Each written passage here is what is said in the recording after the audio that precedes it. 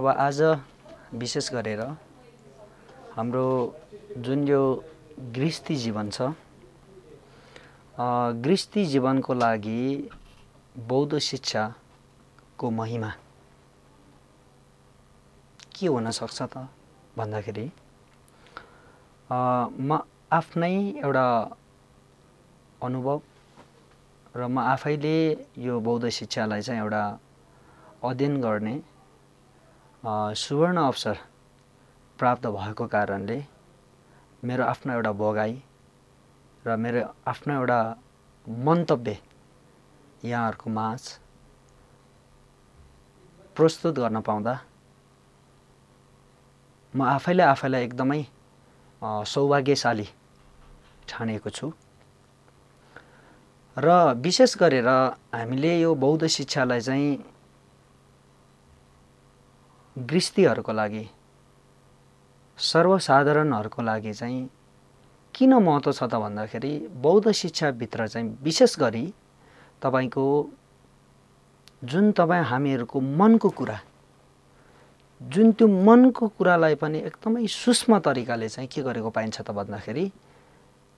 केलाएको अथवा त्यो चित्तको कुरालाई चाहिँ एकदमै सूक्ष्म तरिकाले चाहिँ विश्लेषण गरेर त्यसलाई चाहिँ तपाईको केलाएको पाइन्छ। र त्यस कारणले गर्दाखेरि जुन त्यो वास्तविक तपाई हामीहरुको मनमा हुने एक प्रकारको दुःख, एक प्रकारको शोक, त्यो खाले कुराहरुलाई चाहिँ एउटा बौद्ध शिक्षाको एउटा माध्यमबाट चाहिँ कसरी चाहिँ निर्मूल पार्न सकिन्छ अथवा कसरी चाहिँ सफाई गर्न सकिन्छ भन्ने खाले कुरालाई चाहिँ मध्यनजर गरेर मैले केही शब्दहरु राखेको छु। किन त भन्दाखेरि तपाई हामीहरु सबैजनाले वास्तवमा चाहेको सुख हो, नचाहेको दुःख हो,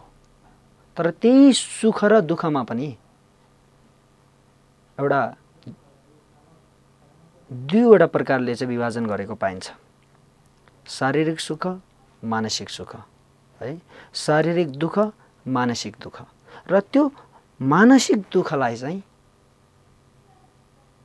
हटाउनको लागि,